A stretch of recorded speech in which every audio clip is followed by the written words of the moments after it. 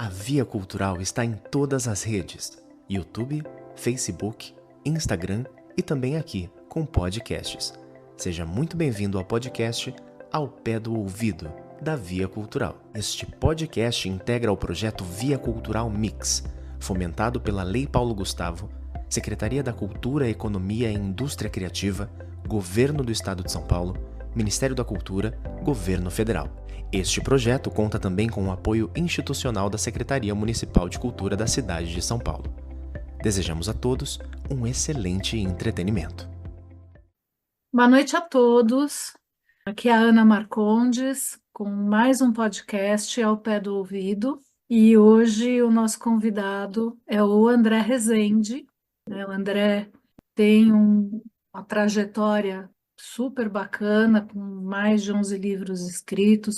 É jornalista, psicanalista, e é um diretor de peças, tem diversos textos aí rodando pelas redes. Boa noite, André, tudo bem? Boa noite, Ana. Tudo bom? Tudo ótimo. Esse espaço é um espaço de conversa para que as pessoas conheçam o trabalho de artistas tão importantes que a gente tem aqui pelo país e também de diretores, ensaístas, pensadores, produtores culturais. E aí eu queria que você começasse falando assim um pouquinho de você. Bom, eu sou simplesmente um trabalhador. Eu trabalho todo dia, escrevo todo dia. O ócio é Bom, criativo, sabia? quando a gente cria alguma coisa. Quando a gente cria, mas você é um criador. Talvez essa seja a palavra principal. Eu nunca fui um jornalista no lugar de jornalista. Eu escrevia artigos. Basicamente, eu era um ensaísta semanal. A gente se conheceu porque a gente estava fazendo, havia, né? Estava fazendo alguns ensaios históricos. Você tem uma característica muito marcante, que é a ponderação sobre o seu trabalho e o olhar para o tempo, né? Para a história, para o tempo, para o cotidiano, para a forma com que as pessoas se relacionam com esse cotidiano. Você tem trabalhos assim diferentes, em que você tem um lado que inclusive é pedagógico, também na questão da educação para novos públicos e para novos criadores. Como é que isso começou a acontecer no seu cotidiano? Já muito cedo, eu fazia peças curtas. A parte do teatro é algo importante no que eu faço todo dia. Mesmo quando eu estou pensando em algo que vai virar um ensaio, eu estou pensando como artista. Eu divido uma parte do tempo lendo, uma parte do tempo escrevendo, uma parte do tempo olhando para as estrelas, para a lua, para o mundo, para as pessoas e quais são os pontos de entrelaçamento das ideias, que é o que o Eduardo Subirats chama de existência sitiada, sendo que no caso dele ele fala de que nós não conseguimos mais pensar fora da mídia. Na verdade, quando ele escreveu esse livro de ensaios de existência sitiada, ainda não havia o impacto que hoje há das Por conta redes da sociais. pandemia, né? Pós-pandemia. A pandemia acentuou bastante porque não havia outra maneira de diálogo que não fosse essa. Durante a pandemia, um grupo de amigos criou no Facebook uma revista que se chama Mundo Desejante. As pessoas entram, ficam um pouco, saem, não chega a tanta gente, acho que tem menos de 3 mil seguidores, mas foi divertido e continua sendo divertido fazer. Quando vamos olhar os números, nós vemos o quanto a revista alcança e também vemos o quanto as pessoas acessam o link. O alcance é grande, mas a entrada para ler o link é bem pequena. Alguém me disse que a cada nanosegundo, milhões de pessoas então, em todo o mundo estão em busca de algum vídeo para ver. Mas, André, isso é uma dicotomia da vida, porque no momento que você é observador, que você é plateia, você não está vivendo. É um tipo de experiência. Você experimenta as sensações que aqueles personagens estão transmitindo, mas na sua na sua história, você não está vivendo aquilo. Eu não Mas gosto dessa se antes, visão, nem desse se antes, futuro de pessoas assim, observadoras só. mas tem sido assim. E as pessoas têm se educado muito mais pelas mídias, Verdade. Isso é um fenômeno dessa geração, né? não tenho capacidade de avaliar até onde vai. As plataformas que tem hoje, elas vão descartando coisas que não atingem milhões de espectadores. O diretor da Biblioteca Nacional, na França, por lei, teve que digitalizar todo o acervo. Mas ele fez uma ressalva. Sim, todos os livros digitalizados, mas por segurança, eu guardei todos de papel. É isso aí. Então, vamos lá. Por segurança, eu tenho quase todos os filmes em DVD que eu gosto. Isso tudo que a gente recebe de mídia é educação? Exatamente. Uma coisa super interessante que você fala é assim, a gente pensa o mundo através do que a gente recebe do mundo. Agora, as histórias e a maneira de organizar sempre tiveram uma voz oficial, uma escolha, né, povos dominantes ou por caminhos escolhidos. E eu lembro que eu estava numa aula, não lembro nem de que professor que era, faz muito tempo, que antigamente a gente armazenava o conhecimento pela história oral. E que essa história oral, essa experimentação, ela era passada pelas tribos, de pais para filhos, dentro do conhecimento de todos, e isso ia se construindo. Que no momento que as tribos começaram a crescer muito, criar povoados em que esse conhecimento não conseguia ser difundido e mesmo as necessidades começaram a se tornar outras, se instituiu um local para passar esse conhecimento para as crianças. Não era mais uma coisa coletiva, então era um local, uma instituição. E que a partir dessa instituição formada, o conhecimento começou a ser manipulado. E aí começou-se a ter outras vozes falando e escrevendo a história. E eu fiquei com isso na cabeça. E falando sobre história, eu queria que você falasse um pouco da Penélope. Penélope é um romance, uma ficção, que nasce a partir de uma personagem que de fato existiu, uma africana, teve um nome no Brasil de Cândida Maria da Conceição. Ela fazia parte de africanos que estavam vindo escravizados de Angola, do Congo, para Pernambuco. A partir de Pernambuco, eles eram distribuídos para o Brasil. O navio em que ela estava foi apreendido no litoral pernambucano. Ela foi colocada para aluguel, porque havia uma lei que falava que toda carga presa seria livre. Mas teria uma quantidade de anos para aprender uma língua, que era o português, uma religião, que era o catolicismo, e uma atividade laboral, um trabalho, um ofício. E ela foi colocada como vendedora de tecidos. Por 2 ou 3 vezes ela tentou pedir emancipação, mas era um beco sem saída, porque você vai viver de quê? Portanto, ela só poderia sobreviver vendendo o corpo. O juiz lá entendeu que não havia como dar liberdade para ela. 2 historiadores lá em Pernambuco desenharam teses de doutorado sobre pessoas que tinham sobrevivido, fizeram algum tipo de prosperidade, e uma dessas pessoas era a Cândida. E eu me interessei, obviamente que eu procurei um pouco mais sobre ela, e claro, ela não estava em nenhum lugar. Então eu inventei uma vida para Cândida. Esse livro existe, ele é muito bem colocado em programas educacionais. Se puder falar a editora e o ano, só para a gente deixar aqui também registrado. O Penélope Africana é publicado em 2018. Logo depois, ele começou a circular nos programas educacionais da secretaria. Mas eu estou muito concentrado desde o ano passado nos projetos de teatro. A peça Oi, Meu Amor, Bom Dia, com Juliana Grave, produção da Via Cultural, e o projeto de levar para o teatro o romance Penélope Africana, naturalmente não é todo romance.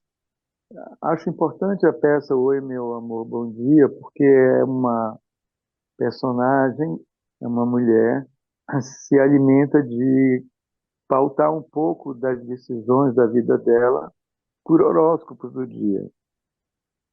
Eu incluo a astrologia numa coisa que eu chamo de mitopsicologia.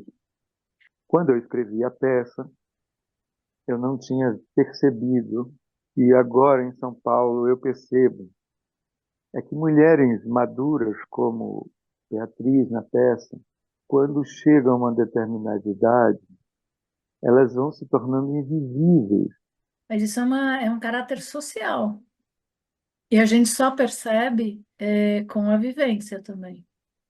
A própria mulher só percebe que isso está acontecendo conforme ela vai experimentando essa passagem. Não temos um plano de E, futuro. e só para fazer uma parte na questão do social, a gente teve em curto espaço de tempo os idosos, os velhos sendo chamados de melhor idade, maioridade, né, nomes assim de terceira idade, tentando mudar-se nomenclaturas e, na verdade, sem nenhuma contribuição verdadeira para uma melhoria de um futuro, porque o futuro não é só dos jovens, o futuro é das pessoas que já têm um trânsito aqui também. Com um A número de maturidade, pessoas eu acho que. acima de 60 anos endividadas, com planos de saúde, porque apesar do sistema nosso de saúde ser incrível, ter mais idade representa ter um custo de vida muito mais alto. Exato. Isso é uma inversão completa de valores. E É quase uma doença social, né? Quanto mais você está maduro, preparado e com entendimento sobre a vida, mais ônus você carrega. é, Mas voltando para, isso não está na nossa literatura. não cabe. Mas voltando para Beatriz, a Beatriz ela tá ali naquele olho de furacão, trazendo um fluxo de vida, de instabilidade, de força, de ansiedade, uma coisa incrível a condução É do que texto, do monólogo. hoje eu tenho a sensação de que a Beatriz teria uns 35 para 40 anos. Isso não é verdade. Ela tem mais. Eu acho. Eu não percebia que eu fiz uma angústia, eu só pude perceber quando vim morar aqui. Legal. Quando eu comecei a, a conviver com mulheres que realmente estavam angustiadas por estarem invisíveis para homens com mais idade do que ela. Coisa mais louca, né? E que essa invisibilidade é uma invisibilidade que se estende do corpo para as pensadoras também. É como se você também perdesse a força de pensar alguma coisa, justamente quando você está no momento maior de pensar. Exatamente. Eu percebi que eu tinha que fazer esse acréscimo, porque tinha uma angústia que faltava ali, e aí, pela primeira vez, eu pensei, nossa, a Beatriz não tem 35 anos. Ela tem mais, porque ela tem uma figura, né, que é o namorado do tipo, eu não quero este rótulo para mim, Tá tudo bem do jeito que tá. você fica aí, eu fico aqui, não temos uma coerência amorosa, temos um encontro. Como psicanalista, eu percebo que o amor é um encontro de neuroses aceitáveis, suportáveis. Ele espetaculariza as aflições e as feridas de um, de outro, dos dois, enfim. E nesse caso, Beatriz tenta viver em paz com essa solidão e esse lugar de sozinha com alguém que ela tem. Ela começa a querer pintar mais o cabelo do que pinta, colocar mais coisas no rosto do que. E não vai ficando mais jovem, vai ficando diferente. Eu posso dar uma opinião. Todas, né? É, ela está pedindo um espelho mais jovem. Eu acho que hoje a mulher ela tem um problema muito maior com ela do que com o parceiro.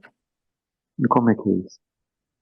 Eu acho que é um lugar de entendimento de tempo, de impermanência. Eu falo assim, o espelho é a internet, o espelho a mídia, o espelho, o filme, continua tratando com pessoas muito jovens, temas maduros, mas com pessoas muito jovens, muito bonitas, muito, né? A velhice, ela é contornada, e aí você vê o espetáculo acontecendo e você se sente fora. Não é o parceiro. O parceiro É te que aceita. o movimento de compulsão sexual e de discurso amoroso fragmentado não funciona com pessoas maduras, só funciona com pessoas muito jovens. Está te dando Então, uma mas eu ideia acho de. que é a mulher com ela. Eu acho que a maior algoz, eu acho que o maior problema é ela com ela. É o que eu fiz, o que eu deixei de fazer. E aí agora nós estamos tendo uma conversa assim da psicologia mesmo do texto. E assim, eu sinto isso muito na Beatriz. Eu tenho uma amiga que lá atrás ela teve um papel muito importante na construção de entidades feministas no Brasil e ela disse assim, mas nós perdemos. Mas André, Eu digo, não perderam, não perderam, mas perdemos. As mulheres que estão aí, elas, elas pensam com a mídia, que é o negócio da existência psiquiada. Ficou porque eu acho que estabelecido. tinha um lugar na época do sufragismo, dos movimentos feministas, lá na década de 60, na década de 40, na década de 20, que era assim, eram reivindicações muito legítimas e constituídas de um fervor interno, não de uma igualdade no discurso e na braveza, mas no direito de sermos iguais em termos de direitos humanos. A gente está vivendo sociedades polarizadas, né, André? A gente tem posicionamentos assim antagônicos em tudo. Eu acho que é um momento social, intelectual e vivencial que a gente está passando como humanidade. Quando eu construo personagens femininas, tem o meu limite como pessoa. E Tem o seu olhar também, eu acho que é tem as referências. referências. Eu nasci dentro de uma família de mulheres ativistas políticas. Bem cedo já estavam trabalhando, fundadoras de partidos, teve papel como parlamentar. E eu me lembro de uma conversa com uma analista lá do Rio de Janeiro, e ela, você prefere mulheres obsessivas ou histéricas? Então, eu disse assim, olha, nesses seus termos, talvez as obsessivas. Ela, ai, mas as obsessivas são isso e aquilo. Você me pediu para escolher. Sim, você só me Eu deu duas escolhi. opções, eu escolhi a que É, me agrada mais, tá certíssimo. André, mas assim, eu queria falar que a gente está, então, acompanhando, né, seus dois trabalhos atuais agora, que é o Penélope Africana, aí para o ano que vem, e que também já tem esse trabalho do Oi, Meu Amor, Bom Dia. Agora, o André, ensaísta, diretor, psicanalista, o que que ele pode dar de mensagem para quem está iniciando nessa área, que gosta de escrever? mesmo quando eu estou vagabundeando, não é exatamente um vagabundear desproporcionalmente sem propósito. Então, assim, eu quando bolo viagens, eu bolo viagens com algumas coisas que devam acontecer por lá e que eu quero que aconteçam. Tipo, ver as sereias. Óbvio que as sereias não estão lá. mas eu sei onde elas estavam, na cabeça de Odisseu. Então, eu quero vê-las. Mais recentemente, eu tenho vontade de ver as ararinhas azuis que foram resgatadas na Alemanha, e muitas delas nem nasceram mais na Bahia, nasceram em Berlim. Elas estavam em extinção, só havia uma circulando, um macho. Tentaram acasalar com uma ararinha maracanã, não deu certo. Esse namoro não foi para frente. Então eu gostaria de ver as ararinhas azuis voando lá no território do Instituto Chico Mendes, na área que é de preservação, mais do que olhar para dentro das redes sociais e achar ali que está tudo feito ali, resolvido e pensado, ainda vale a pena sair para ir olhar os outros. Nos nossos grupos de psicanálise, eu falo muito de ir além dos muros invisíveis que a sociedade pinta para a gente, mas também nosso pai, nossa mãe. Isso vale para meus filhos também, qualquer coisa. Olha, você tem que abandonar as minhas covardias. Um pensamento muito forte, porque a vida ela tem que acontecer e o trabalho está ligado com a ação. Então, queria te agradecer muito pela Obrigado também conversa. por estar aqui. Muito obrigada. Esse foi o Obrigado também. podcast Ao Pé do Ouvido. Obrigada a todos pela Obrigado. audiência. Boa Beijo, noite, beijo para André. todos. Curtiu o nosso podcast? Então siga com a Via em todas as redes e não perca conteúdos semanais gratuitos para você. Este podcast integra o projeto Via Cultural Mix, fomentado pela Lei Paulo Gustavo, Secretaria da Cultura, Economia e Indústria Criativa, Governo do Estado de São Paulo, Ministério da Cultura, Governo Federal. Este projeto conta também com o apoio institucional da Secretaria Municipal de Cultura da cidade de São Paulo. Até a próxima!